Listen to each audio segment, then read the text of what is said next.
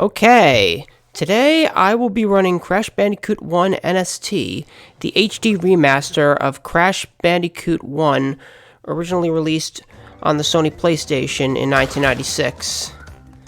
Now, here we have the first level, Insanity Beach, which is basically the standard tutorial level for any platformer.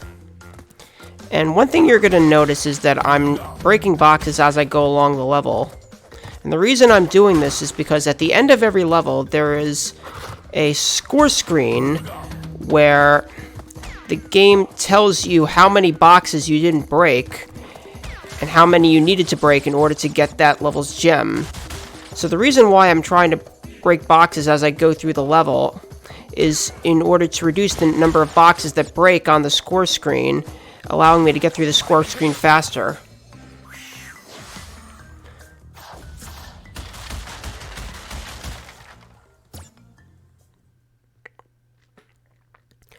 Also, as you noticed at the end of that level, and as you will see at the beginning of this level,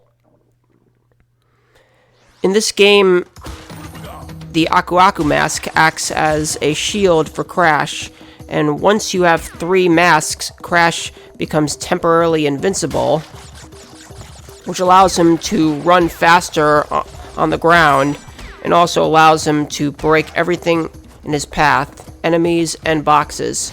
So here I just waited a few seconds for the invincibility to expire before breaking that mask so that I could instantly get another mask and another invincibility. If I had broken that box too soon, I would not have gotten the invincibility because I would have been given the mask before the invincibility ran out.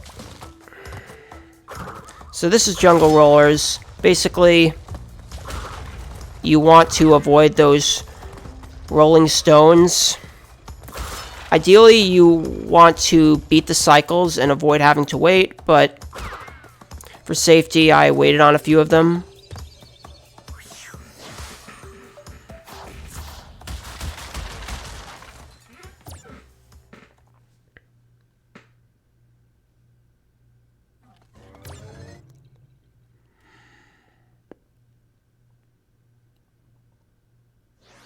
Now this next level is the Great Gate. One thing you're going to notice about Crash Bandicoot is that some levels are... I guess it's not top-down, but basically the perspective of most platformers from that era. And then you have other levels like this one, which are side-scrollers, essentially.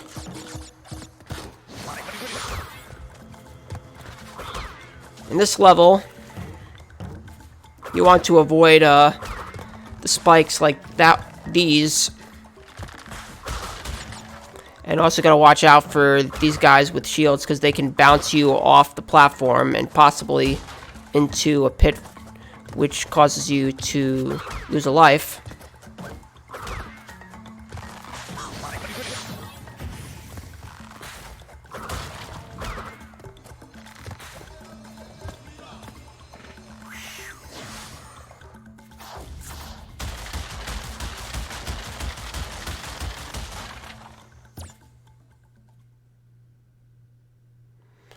Now, this next level coming up is a boulder level. Boulder levels actually start you from essentially the back of a level, and then you have to run towards the screen in reverse while a boulder chases you.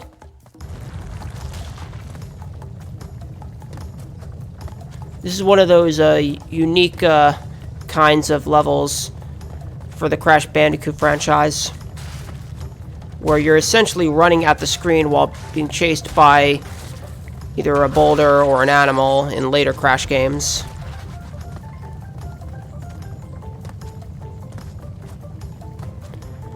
And while doing so, you have to jump onto platforms and avoid those fences that, if you run into them, will slow you down.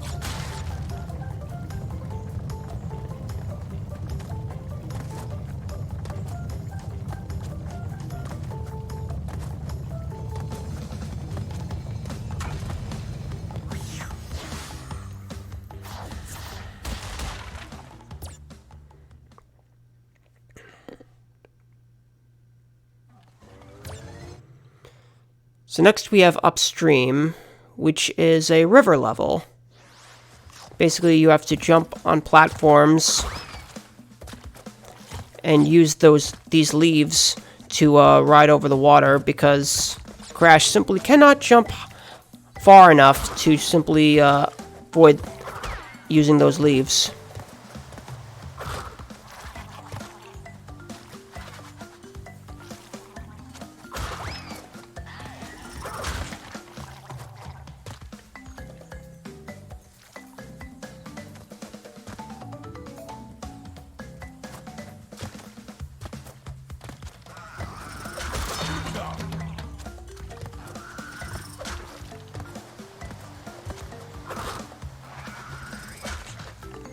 So the red plants in this level will only close once you actually step on them, but the purple ones follow a cycle in which they will close periodically every few seconds or so.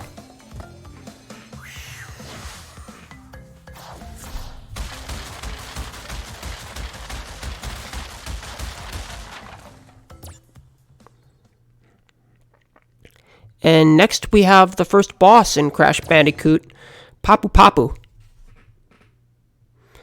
Now what this boss likes to do is he likes to use his stick and swing it around the room. However, I'm just going to jump on his head as soon as he drops his stick before he can even start swinging it.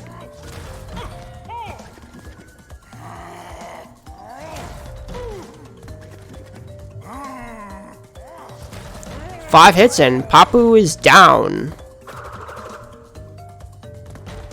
Also, I jump into Papu's stomach there to save a few frames, because otherwise Crash will actually jump into the middle, which loses like a second. And now we have Rolling Stones, which is like jungle rollers, but a bit harder. It's more stones, harder to beat the cycles.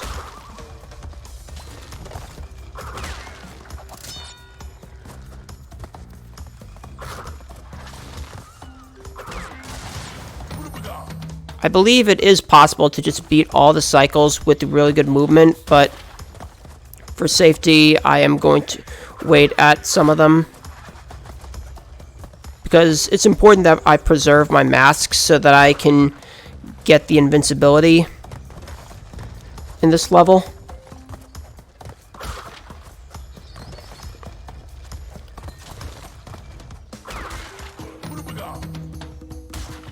So here's the first invincibility mask I get. Also, when I have invincibility, I want to be running on the ground as much as possible and not in the air, because you will move faster on the ground with invincibility, but that won't apply to jumps.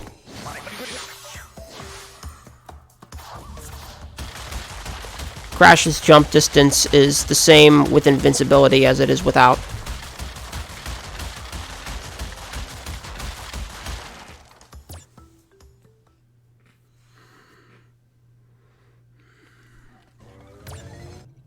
So now we have Hog Wild. This kind of level has Crash riding on a hog, and Crash has to avoid obstacles in what is essentially an auto-scroller.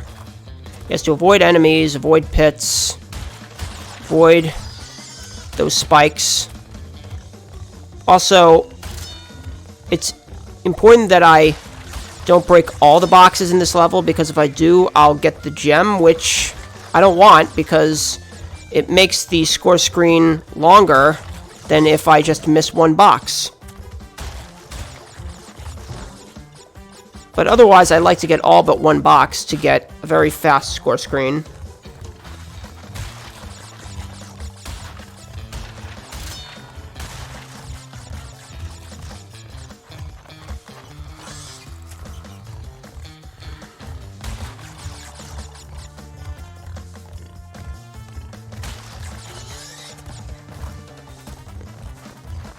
That last jump is pretty hard to nail.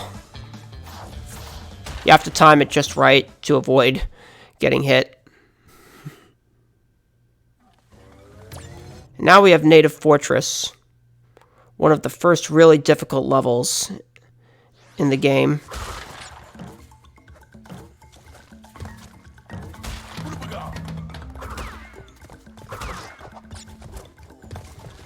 It's pretty difficult to beat this level without wasting too much time waiting for cycles. Because you have all these spikes, all those fire platforms.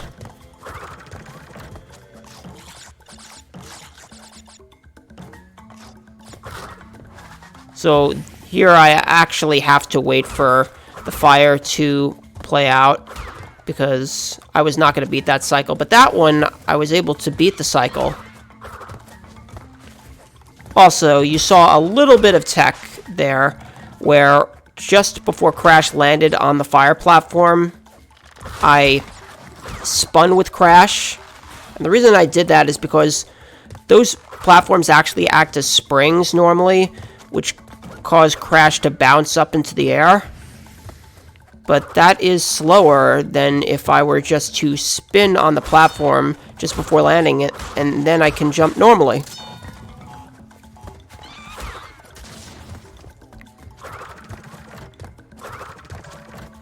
Here I'm jumping and spinning at the same time to unveil those platforms while not wasting too much time.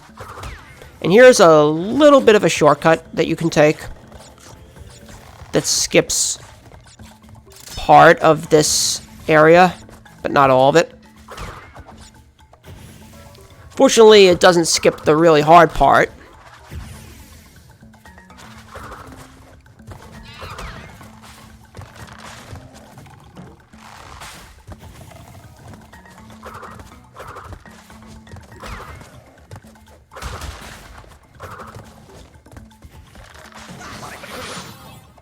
Ooh, and that is my first death of the run.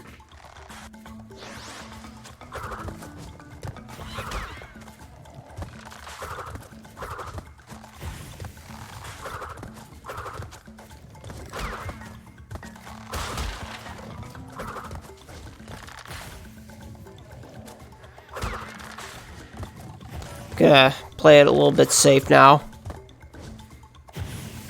Like, there was no way I was going to make that cycle.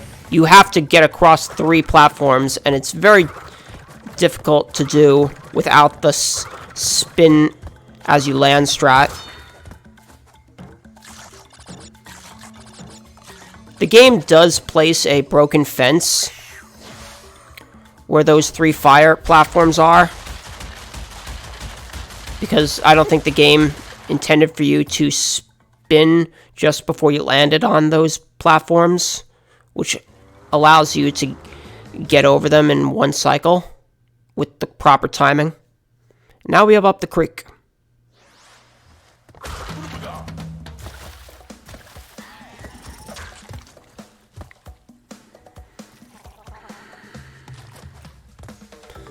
So this is like upstream from earlier, but now we have fish jumping out of the river,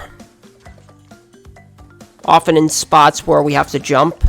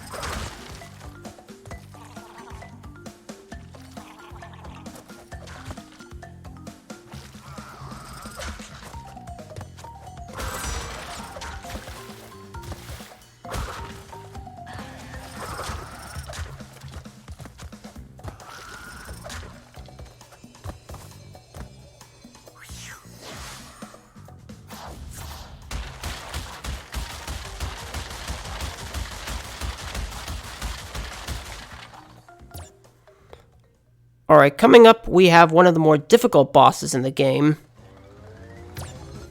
Ripperoo. What this dog likes to do is he likes to jump on platforms. You can't damage him with a spin. In order to damage Ripperoo, you have to set off those TNTs floating on the river, and he has to be on the platform next to one of those TNTs. And I unfortunately missed that TNT and dropped into the water. But Ripperoo's movements follow a pattern. Before his first hit, he moves on between those 3 platforms. And then, before his second hit, he moves across those 4 in that direction.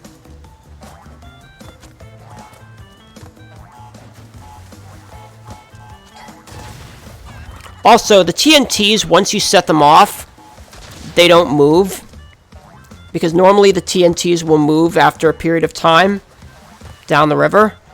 But if you've already set one off when the other TNTs are moving, that TNT won't move. Unless you manage to set it off just as it starts moving. And that's Ripperoo. 3 hits and he's down.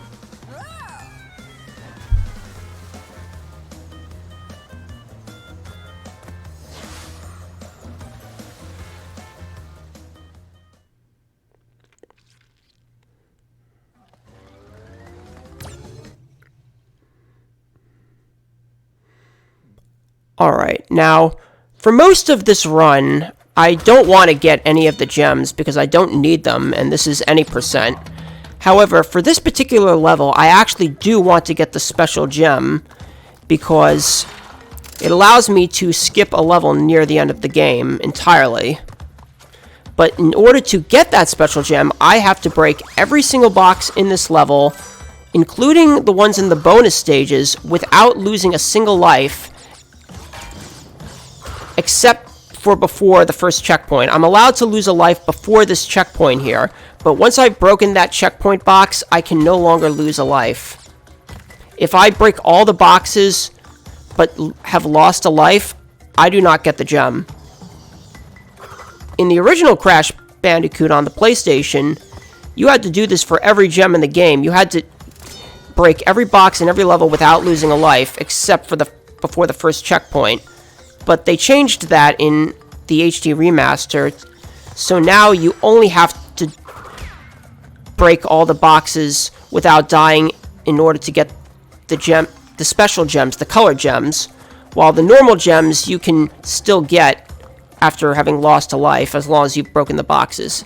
Also, you'll notice I've been picking up those tokens because those tokens allow me to get into the bonus stages. In the original Crash Bandicoot for the PlayStation, you didn't need to actually go into the bonus stages to get any of the gems. You only had to break the boxes in the normal levels. And the bonus stages simply acted as a method of saving your game. Whereas in this version of the game, you can save any time on the world map. However, now you actually have to break all the boxes in the bonus stages in order to get the gems. So I have to do 2 bonus stages. The first is the harder one, the Brio bonus.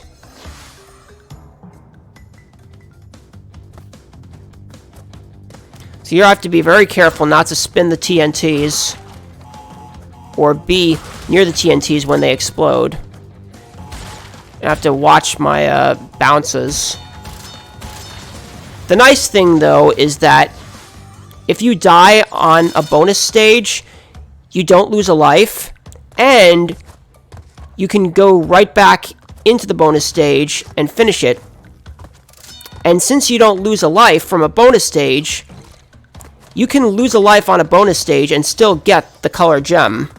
Or not lose a life, you can fail a bonus stage and still get the color gem, because you don't lose a life. That's why you can still get the color gem, because failing a bonus stage doesn't count as a death. So you can fail it as many times and still be able to break all the boxes and get a special gem at the end. Now I have to be very careful because I do not have a mask. And I don't want to lose a life before beating this level, because otherwise I will not be able to skip a level later in the game. And here we have the second bonus. The Tawna bonus. This bonus is a bit easier, at least to complete. However, we also need to break all the boxes. So I have to be careful how I bounce on these fruit boxes.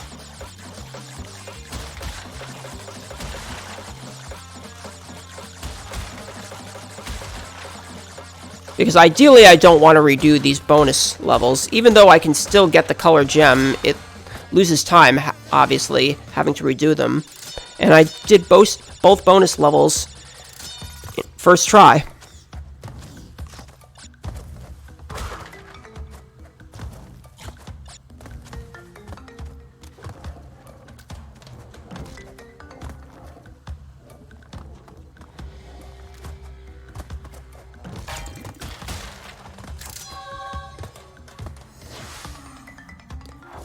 And I just got the color gem, which means I can skip a level on the third island.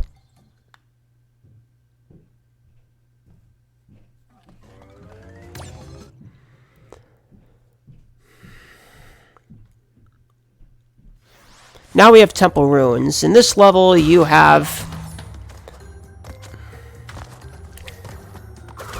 I don't know what I should call those. Swords, spears, whatever, but they're pointing out of those, they're pointing out, and you don't want to get hit by them. You also have cobras.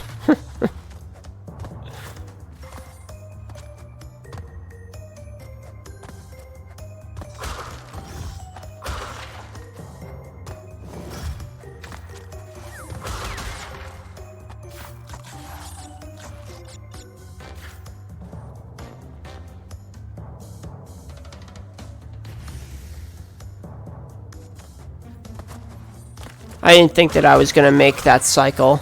I was afraid that I would get hit by the fire.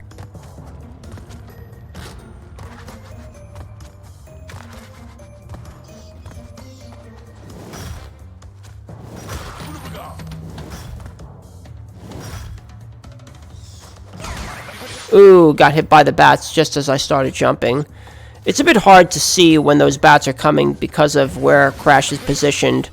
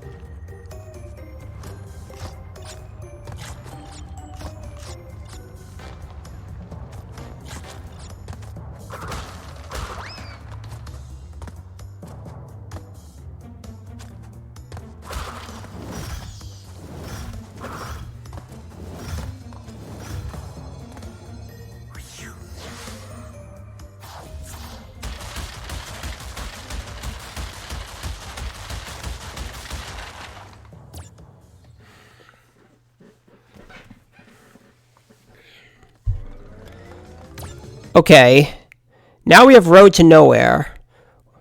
This and a level coming up later are two of the worst levels in the whole game, and you're about to see why. Basically, you have bridges that are either broken or they have those brownish pieces of floor that will fall as soon as you step on them.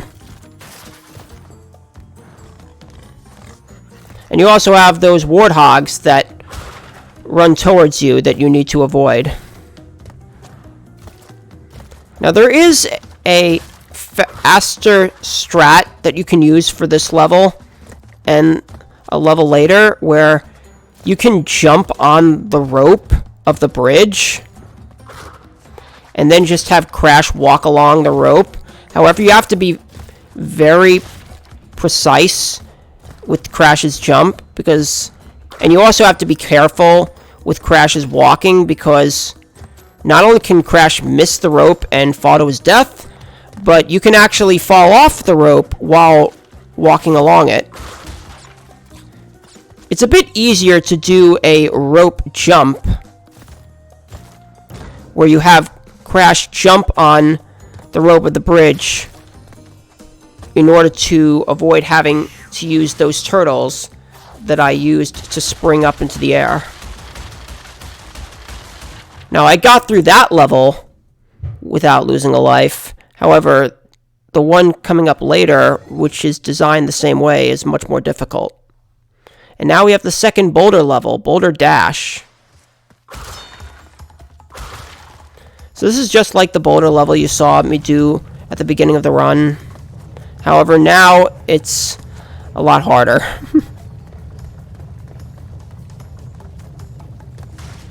There's a lot more jumping you have to do to avoid slowing down. And I just fell into a pit.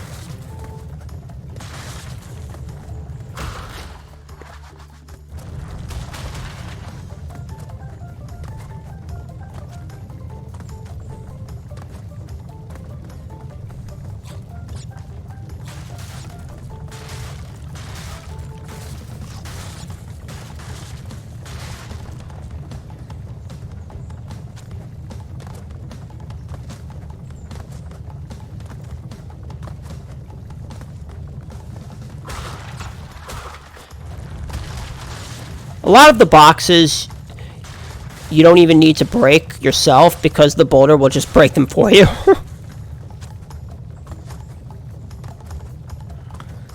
So yeah, as I said, there's a lot of jumping here.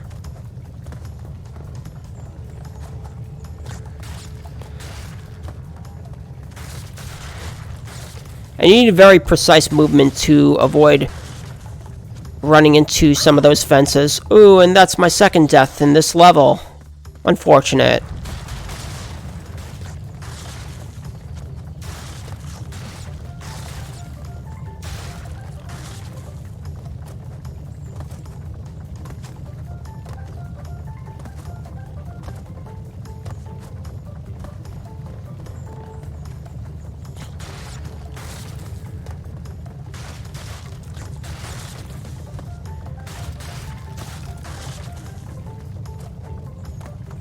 Ooh, I just barely made that platform.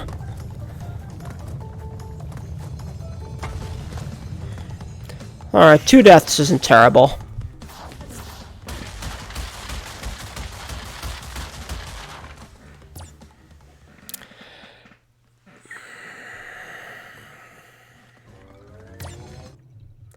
Now we have Sunset Vista. This is a fairly long and considerably difficult level.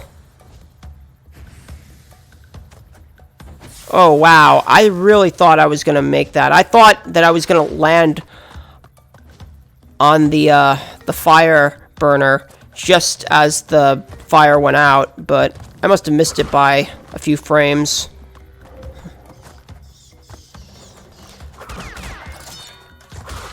I didn't have to get that mask, but I'm playing it safe, as I should always do in marathons.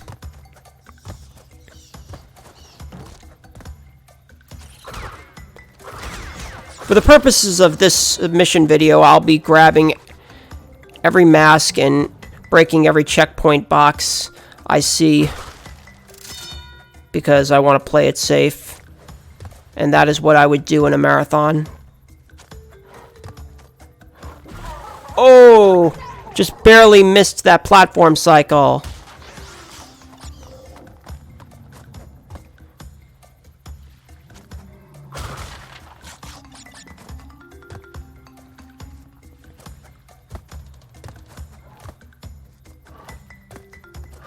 Alright, made it that time because I waited like a second before jumping.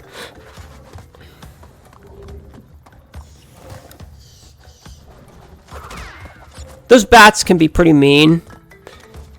The only way you can stop them from popping out is if you kill both the bat where they begin at and the bat where they end at. But we don't have the time for that.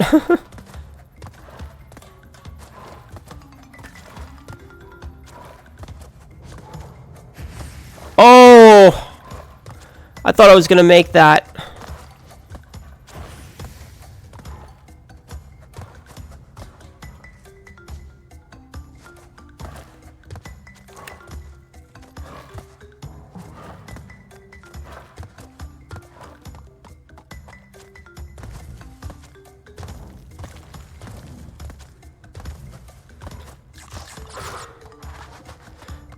Unfortunately, breaking that checkpoint box really forces you to wait a long time for the next available cycle.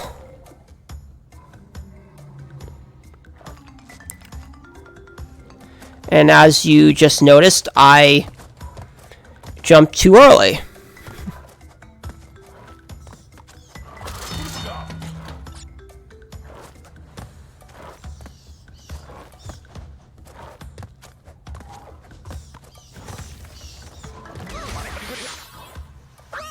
Oh.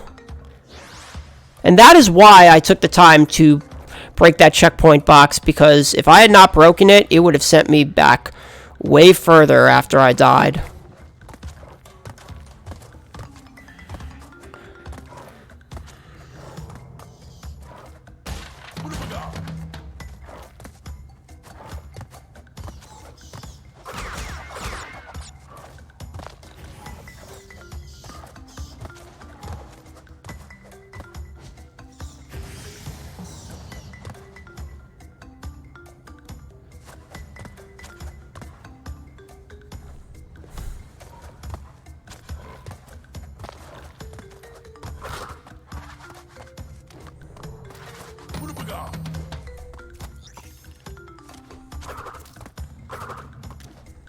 Wow, I might as well have not even gotten that mask. I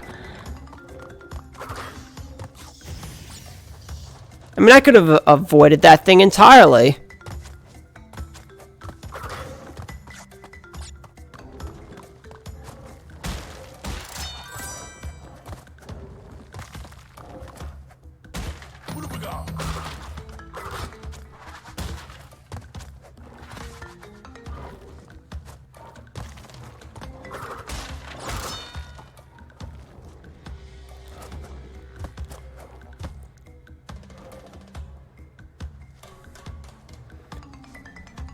It's possible to jump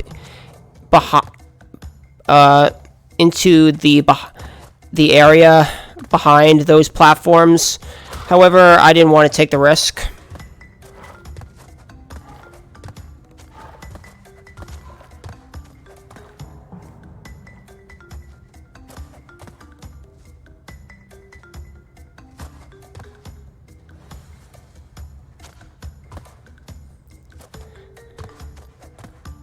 This last part is actually pretty hard to do without falling. You have to be very precise with your jumps.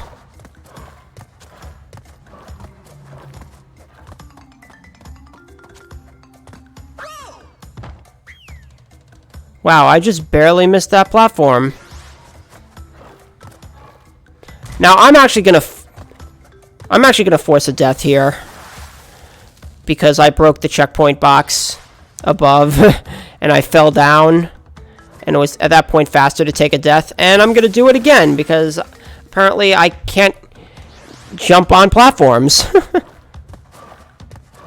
You actually have to jump from the platform where the checkpoint box is in order to reach the platforms that go in and out of the wall.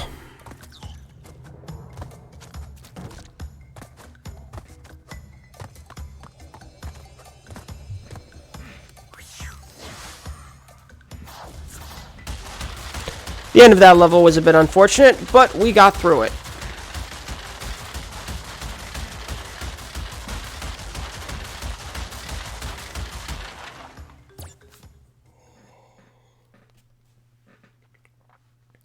Now we have the third boss of the game, Koala Kong.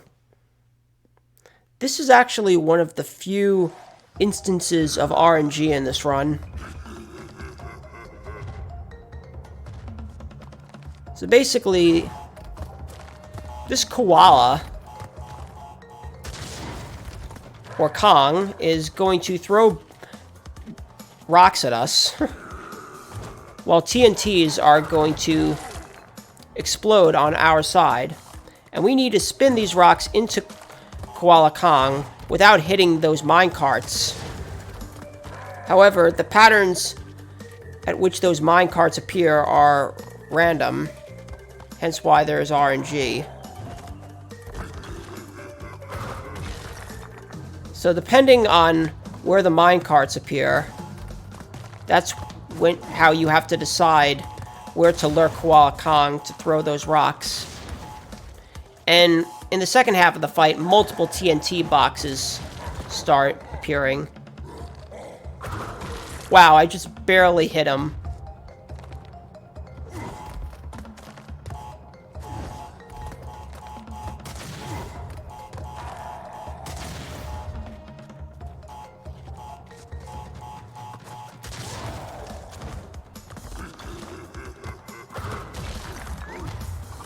Good fight.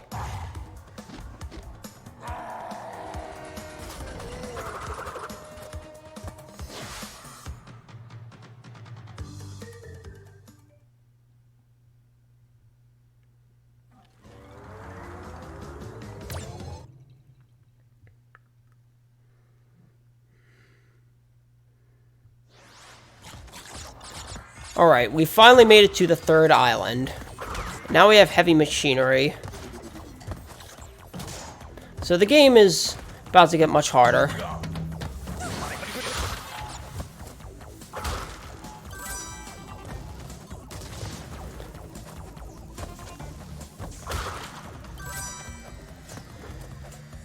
So in this level, we have a lot of those enemies with spikes spinning around them that I don't want to get hit by. If you time your movement pretty well from the beginning, you can actually beat most of the cycles and not have to wait much. However, I'm playing it safer.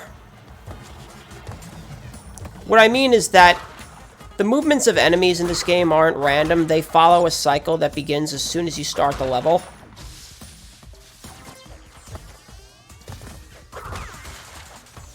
Hence why it's not RNG. And then you have those steam vents, which if you're standing on them, when they blow out steam, you will take damage. Or if you don't have a mask, you'll die.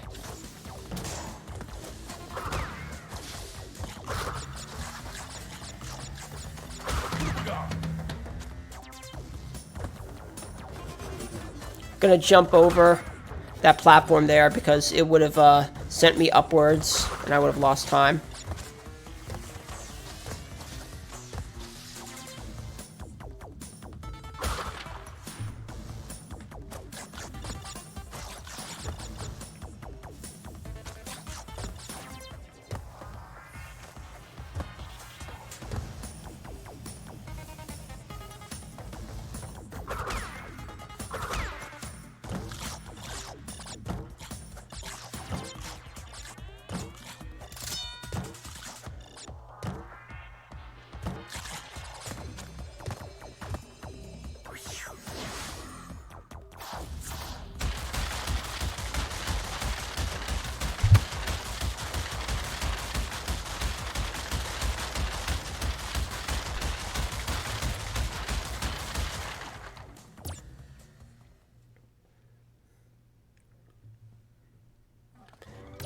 Next we have Cortex Power, one of the few levels which actually has a cutscene that you can skip at the beginning. Usually those cutscene skips only happen before boss fights, or for the first cutscene at the start of the run. Now there are multiple paths that you can actually take in this level. The one I am taking is the most optimal and the safest as well. And I'm going to be playing it even safer by waiting for some of those electricity cycles.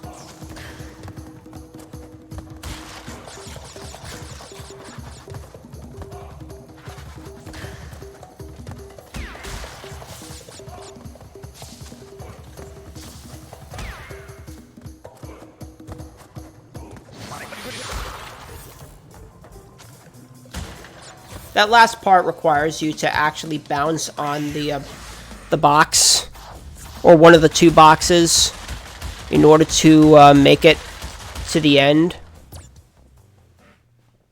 What the game actually wants you to do is find one of those exclamation point boxes that can't be broken, but when you hit it, it makes other boxes appear. And that makes an entire bridge of boxes that makes it easier to cross.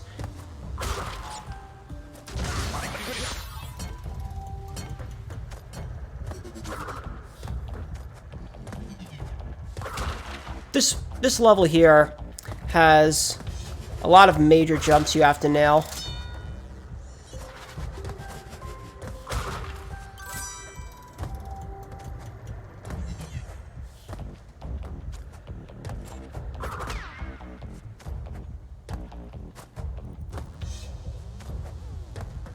As you see, platforms in this level move very high and very low.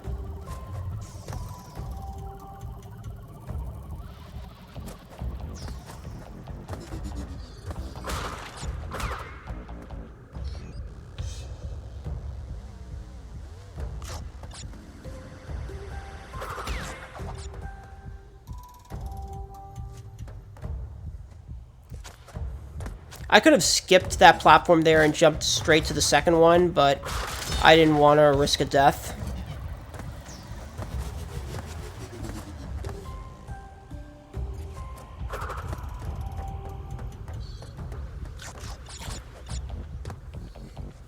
But there I was literally able to skip that platform that moves down and just jump directly to the second one. This platform here actually moves considerably slow for some reason.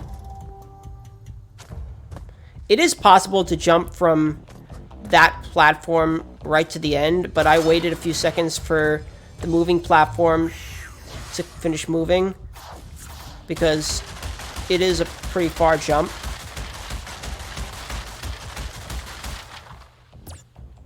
And I didn't want to fall to my death.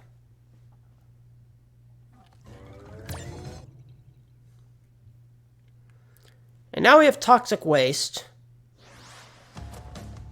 In this level, you have these guys who are going to throw oil drums at us.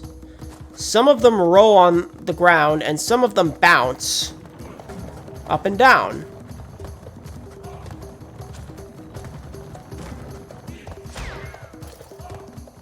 Roll on the ground or up and down.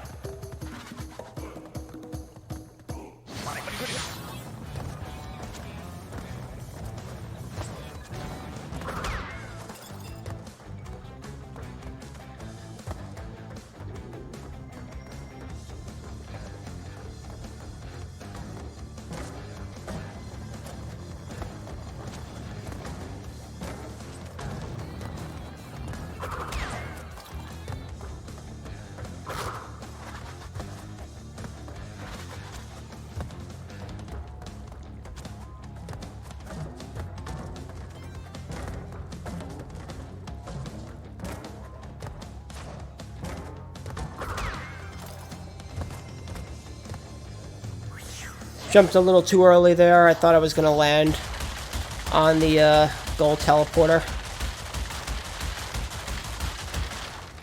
Or end of level teleporter. That's what I meant by goal. And now we have Pinstripe.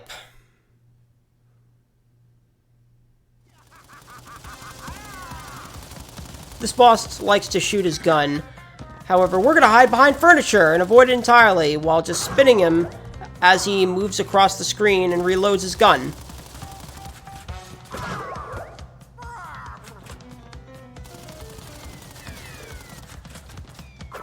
Alright. After the first 3 hits, he starts to shoot at least twice before stopping to reload. So now he's out of ammo, and we spin him.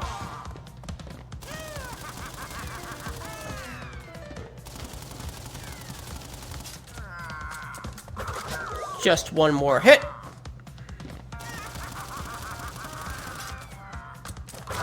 And Pinstripe is down.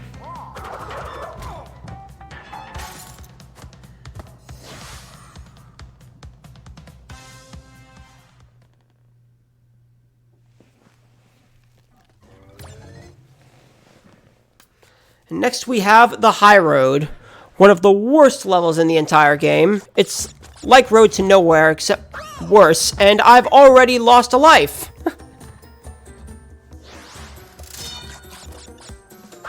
As you can see, this level has a lot of very far and precise jumps that you have to nail. This is where rope jumping really comes in handy if you get good at it, because it basically gives you an extra jump to use rather than having to land precisely on certain platforms. But rope jumping itself needs to be very precise, so as you see, what I'm doing is I'm flipping over these turtles and bouncing on them to clear the large gaps. Oh.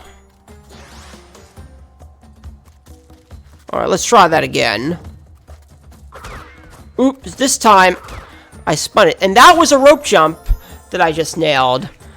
But unfortunately, I died to another turtle.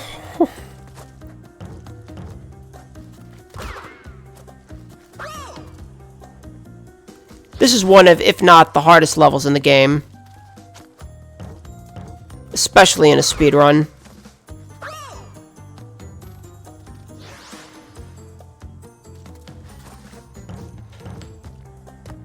Alright, now I'm actually going to wait for the turtle to move backwards before jumping onto the first turtle, so that I don't get hit, or have to spin the turtle and lose it.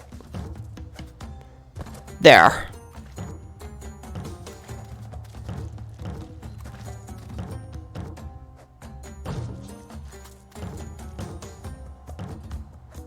Alright, I made it to the next checkpoint, finally.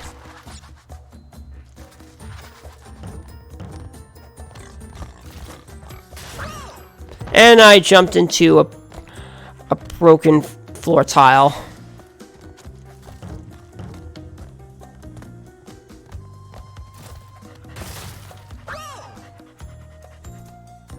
This level is hard.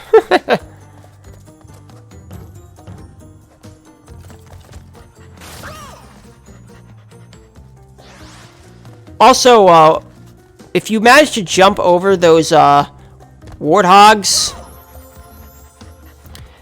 you'll notice that they start to sit and stick out their tongue for a few moments rather than running back at you. Which is why, ideally, you want to jump over them to prevent them from running in reverse and hitting you on the way back.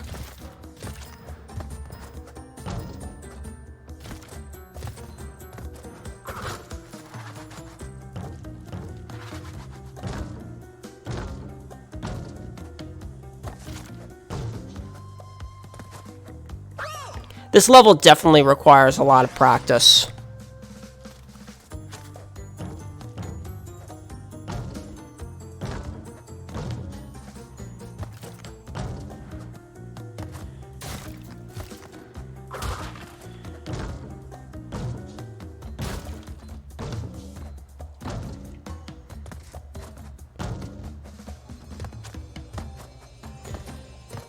And I finally beat the level!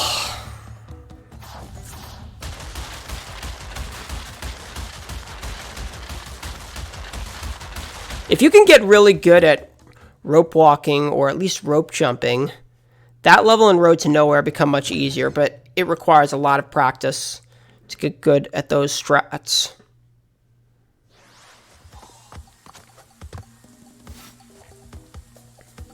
And now we have slippery climb.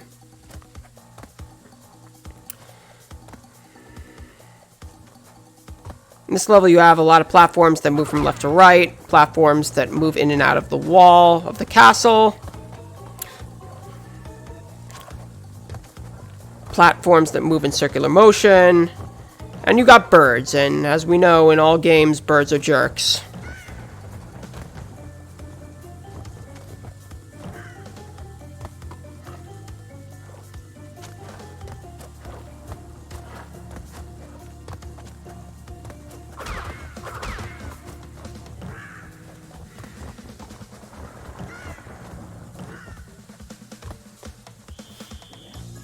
Also, you have steps that pop in and out, so you have to precisely land your jumps to make sure you land on the steps when they're out and don't fall when they go back in, because you only have a limited amount of time after they pop out to reach the next platform.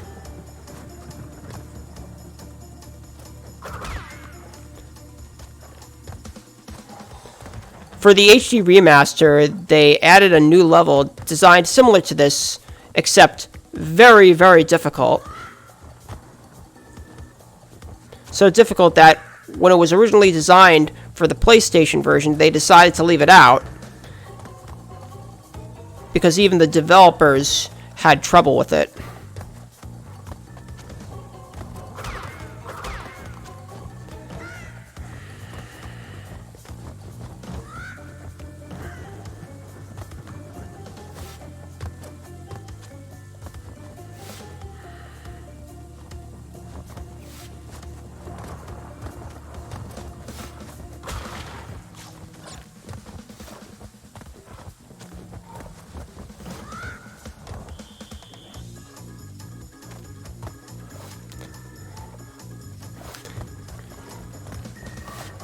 Ooh, just barely avoided the spikes. That was close.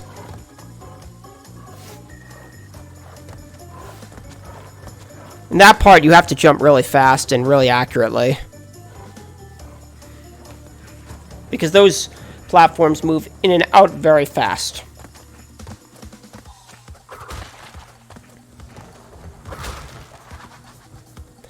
And that, I believe, is the only checkpoint in the whole level, for some reason, which only makes this level more difficult.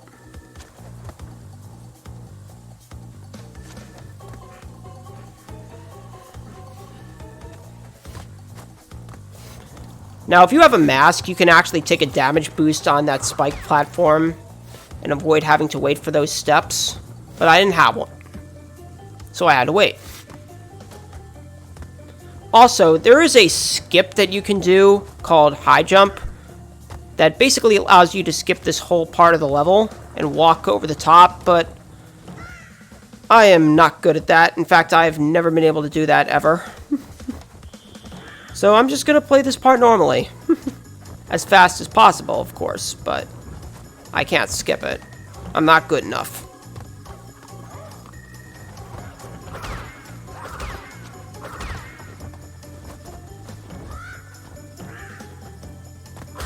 Even top runners who have gotten to skip before have failed it in runs half the time.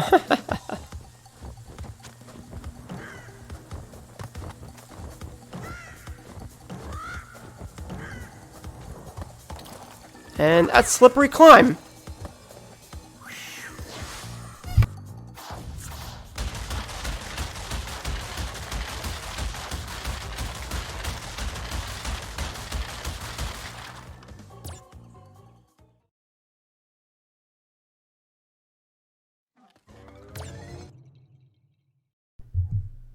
And now we have Lights Out, which is a unique level in which your Aku Aku mask actually acts as a flashlight of sorts. Basically, you need to keep hitting those mask boxes to keep Aku lit up, because otherwise you will not be able to see in this level. And once you lose your ability to see, you will most likely die. Because the light does not last forever. You have to continuously hit those mask boxes to keep the mask lit up. And I just lost my light, which is why I fell to my death. So even in casual play, you kind of have to play this level somewhat fast, because otherwise, you're not going to get through it. And I really need to get better at jumping and not falling into pits.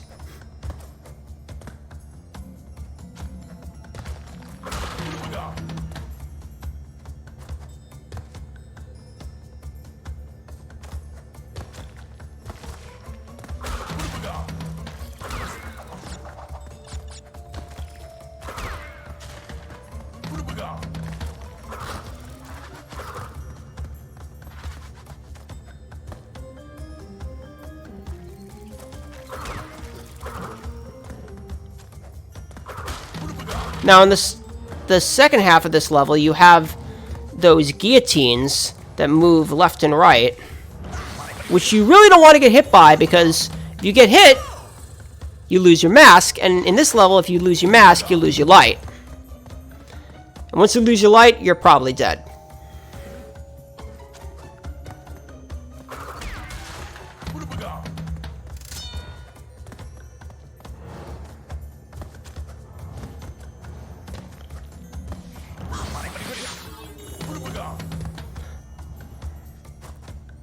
For that particular part, you can play it a little bit risky because there's a mask right at the end, but I got hit by the guillotine while jumping. That last part where I died on is pretty tricky because you can't be on that platform forever, since eventually it will drop. In fact, it drops after like a few seconds. So you really gotta time your jumps well. Yeah, those platforms there drop just after you land on them.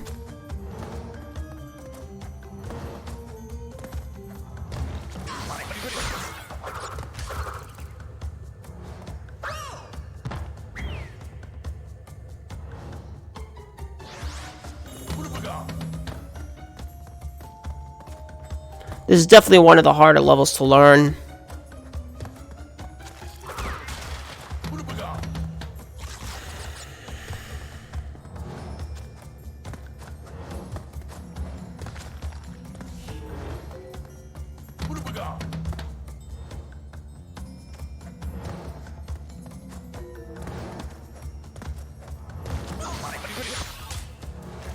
I'm just gonna fall to my death there because I had no chance after losing my mask.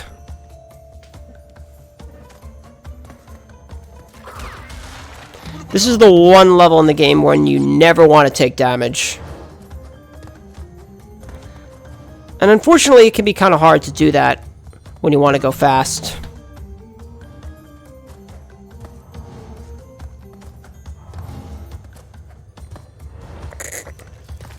Nice, I made it!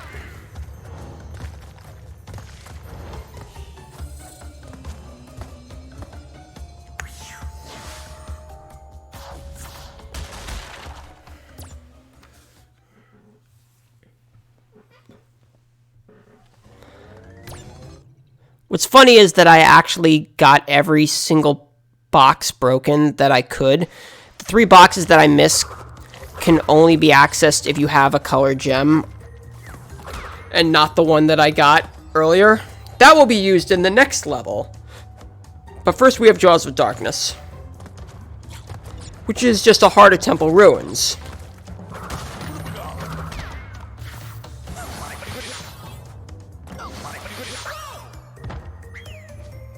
Wow, I just went from having 2 masks to my death.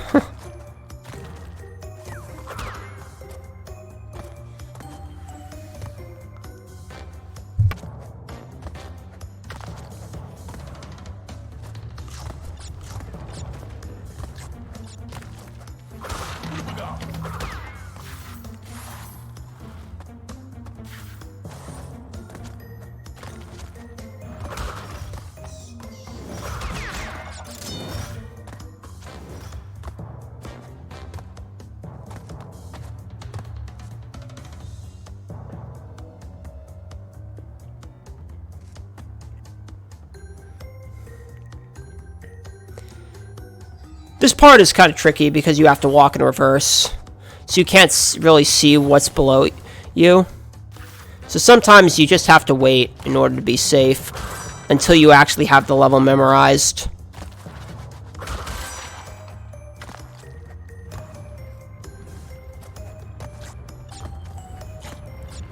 This part's a little bit tricky because you have to move left along those moving platforms.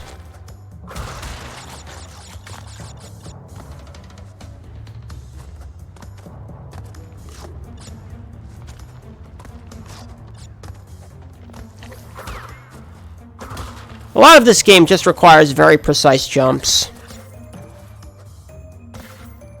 There's actually not that much speed tech that can be used in this game, unlike Crash 2 and 3, where they added the slide and you can use slide spins to move through the levels much faster.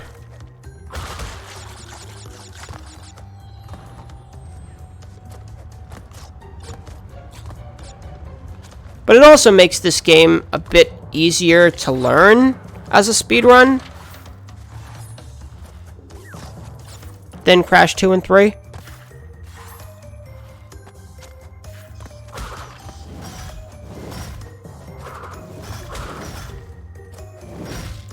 Wow, that's the second time that I got squished there. I'm probably gonna have to wait next time to see what the correct pattern is, or rather what pattern it is, but when I actually have to move. Pattern can't really be correct. There's one pattern. It's my movement that has to be correct.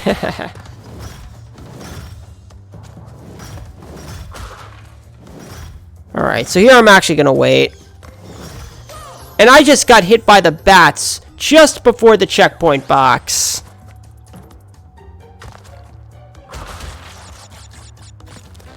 Man, if only that checkpoint box had been just before that part where I died 3 times, I would have lost so much less time. A lot less time.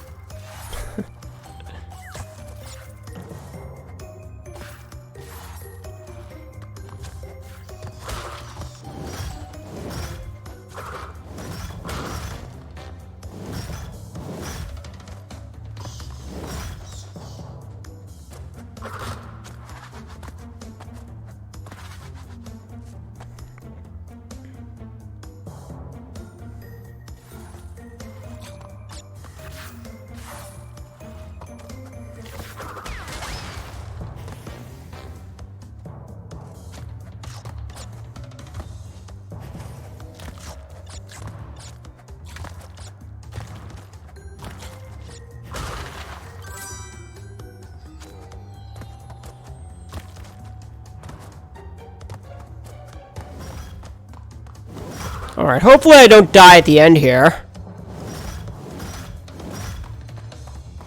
Yeah, I'm glad I waited.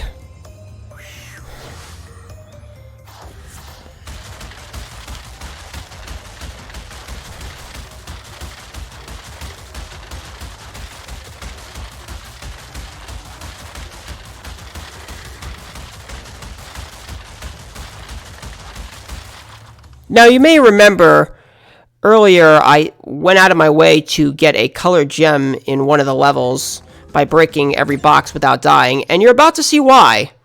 Because here we have castle machinery, which is kind of like heavy machinery, but I'm just going to skip the entire level and get a bunch of extra lives using the colored gem to access a secret path that takes me right to the exit.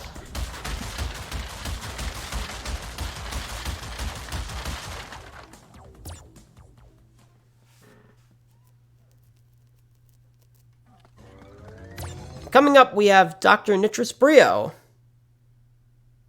This boss actually has 2 phases. So the first phase has him throwing these potions at you. The green ones turn into little green slime blobs or whatever that you have to jump on, which squirts acid in his face. And then he has the purple potions, which when he throws, they explode instantly. Or rather, they just break. Wouldn't call it an explosion necessarily.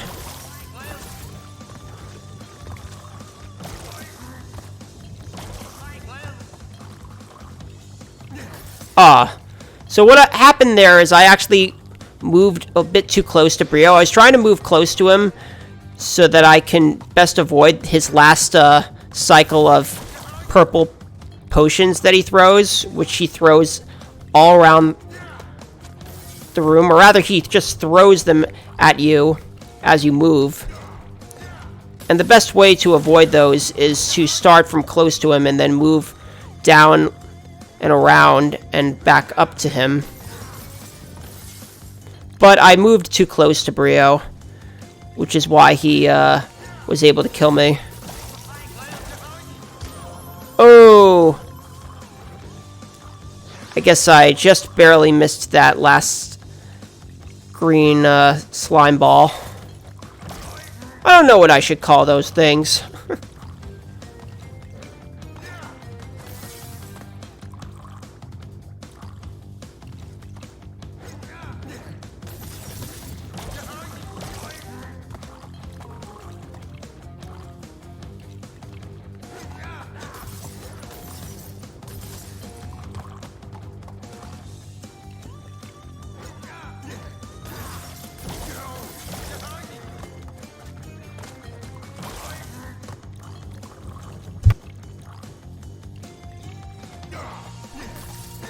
Yeah, so this part has him throwing 6 of those, which is why I wanted to start from that position. And now what's going to happen is he's going to drink his 2 potions and basically turn into a green giant. He's going to just try and go right at me with his huge arms, but for whatever reason, these little platforms drop from the ceiling that I can use to increase my jump height, and I can jump right on his head 3 times to kill him.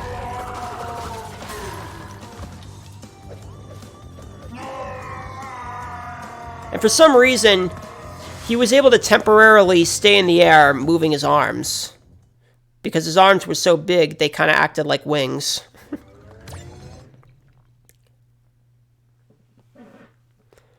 And now we have the lab.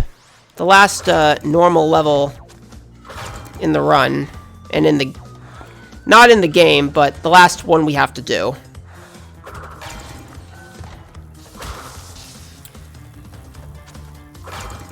So basically I need to use these exclamation point boxes to create bridges and open doors, while at the same time avoiding the electricity. But the bridges and the doors only stay open temporarily. So I have to be careful about when I hit the blocks to make sure that I move fast enough so that I can make it through the doors before they close.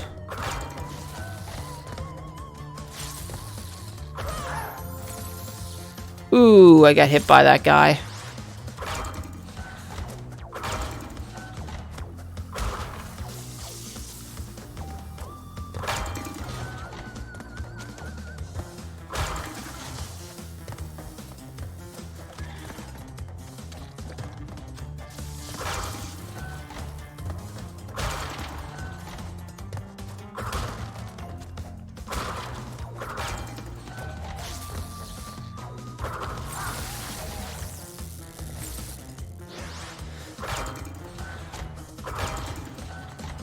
Those guys are very difficult to kill, because you'd have to perfectly time when you spin them. It's much better to avoid them entirely.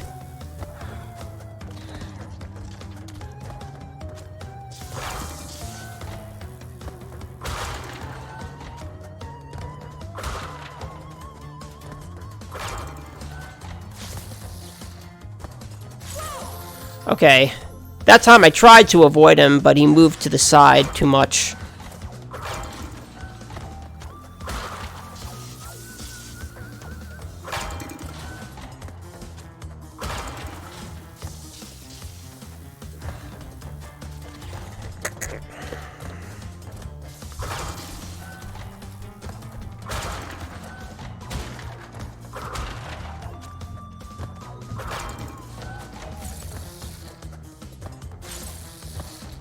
Alright, I managed to jump past him this time.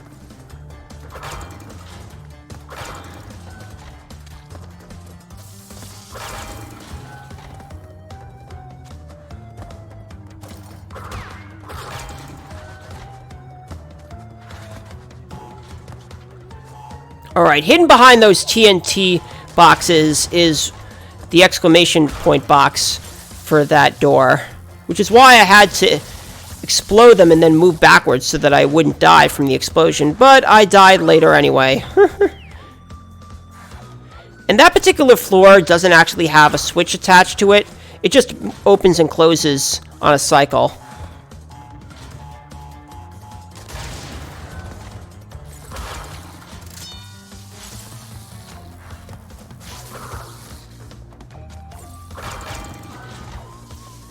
This level also has the hardest platinum relic in the game. Basically, relics are an item that you can get by beating a level in a certain time limit after having cleared the level once. In the original PlayStation trilogy, they were only present in Crash Bandicoot 3, but for the HD remasters, they added it to all the Crash Bandicoot games. But obviously, you're not going to see that in the speedrun. Although you're basically seeing what relic levels are like, since I'm playing through them very fast. And now we have the hardest level in the game. Man, that gap was so far. So basically, that level, if you have all the gems in the game, you can follow a gem path and unlock a secret ending. But otherwise, you just go through it in a few seconds. And now we have the final boss, Dr. Cortex. So what he's going to do is he's going to shoot out a bunch of purple lasers from his gun, and occasionally he'll shoot out those green lasers that we have to spin back at him. And the purple lasers will move in certain patterns, and occasionally they will move left and right across the blimp that you're on. So for this one, you actually have to spin a few green lasers and create a large ball of them to damage Cortex for his next hit.